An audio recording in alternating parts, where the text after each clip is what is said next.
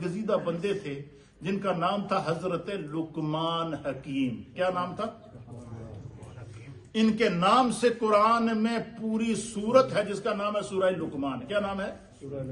اچھا، یہ جو حضرت لقمان تھے یہ نبی نہیں تھے، کیا تھے؟ اب آپ اندازہ لگائیں کہ اس انسان کی عظمت کا کیا عالم ہوگا جو نبی نہیں ہے لیکن اللہ تعالیٰ نے اس کے نام سے قرآن میں پوری سورت نازل فرمائی ہے. اس کے افعال کو، اس کے کردار کو، اس کے اخلاق کو اللہ تعالیٰ نے انسانیت کے لیے ایگزامپل بنایا ہے. تو امام فخر الدین رازی رحمۃ اللہ علیہ لکھتے ہیں کہ جب اللہ تعالیٰ نے حضرت لقمان کو حکمت عطا کرنا چاہی تو اللہ تعالیٰ نے حضرت لقمان کو اختیار دیا. کیا کیا؟ اختیار دیا، اور ان کو فرمایا کہ تم اگر چاہو تو تمہیں نبوت عطا کروں، اور تم اگر چاہو تو تمہیں حکمت عطا کروں. میں تمہیں آپشن دیتا ہوں. اللہ نے حضرت لقمان کو کیا دیا؟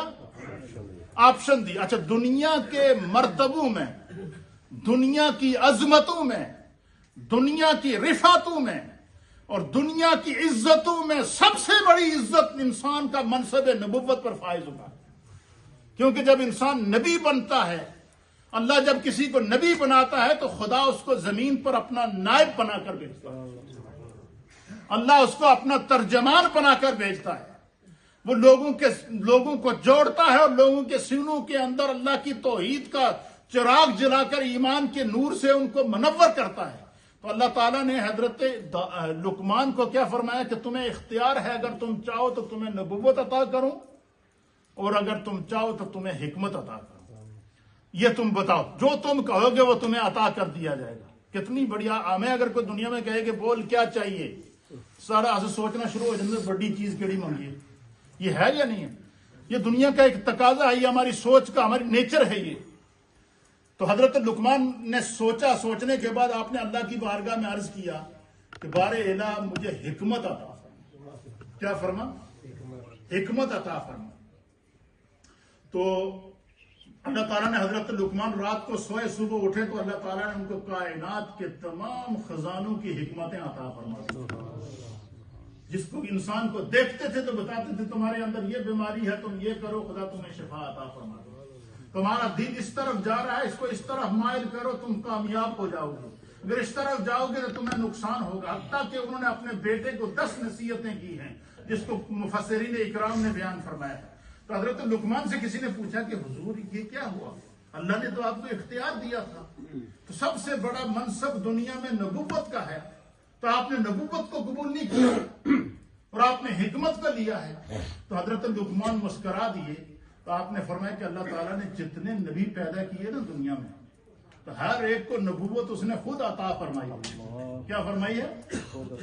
لیکن مجھے اللہ نے اختیار دیا تھا، تو میں نے اپنی سوچ کے مطابق جو اللہ نے مجھے عقل دی ہے، میں نے سوچا کہ نبوت کا اتنا بڑا بھار ہے، اتنا بڑا بوجھ ہے، میں اس کو کیسے اٹھاؤں گا.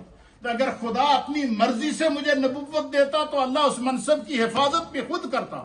تو میں اگر مانگ کر اللہ سے نبوت لیتا ہوں، تو میں اگر اس کی حفاظت نہ کر پاتا تو میری زندگی تو تباہ ہو جاتی. اس لیے اللہ تعالیٰ نے مجھے اختیار دیا تو میں نے اپنی استطاعت کے مطابق میں نے منصب حکمت کو قبول کیا ہے.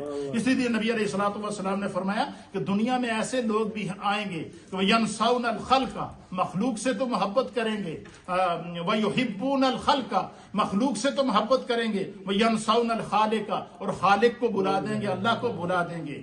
فرمایا کہ کچھ لوگ ایسے بھی دنیا میں آئیں گے، يُحِبُّونَ الْقَصُورَ وَيَنْسَوْنَ الْمَقْبِرَةَ. حضور نے فرمایا لوگ محلات سے محبت کریں گے، بڑے بڑے مکانوں سے محبت کریں گے، بڑے بڑے شاہی محلوں سے محبت کریں گے، اور چاہیں گے کہ میرا مکان بڑا ہو، اس سے بھی بڑا ہو، اس سے بھی بڑا ہو، طرح طرح کی سہولتیں ہوں. وَيَنْسَوْنَ الْمَقْبِرَةَ، لوگ اپنے 4 گز کی قبر کو بھول جائیں گے، 3 فٹ کی قبر کو بھول جائیں گے. فرمایا کہ اپنی قبر کو یاد رکھو. جو فرمایا جو قبر کو یاد رکھتا ہے اللہ تعالیٰ دنیا میں اس کو عزتیں دے دیتا ہے.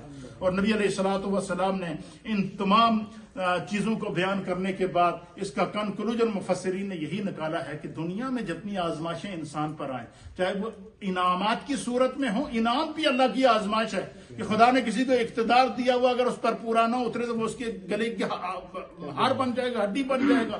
اور اللہ نے اگر کسی کو اختیار دیا ہے، کسی کے اوپر آزمائش کی ہے، تو وہ اس حال میں بھی خدا کو نہیں بھولا. اللہ تعالیٰ نے اس کا ایگزامپل بنا دیا، جیسے حضرت ایوب علیہ السلام ہمارے سامنے موجود ہیں. آج امام علی مقام امام حسین رضی اللہ تعالیٰ عنہ نے ساری خاندان کو قربان کر دیا، لیکن آج قیامت تک حسین کا نام زندہ ہے یا کہ نہیں زندہ.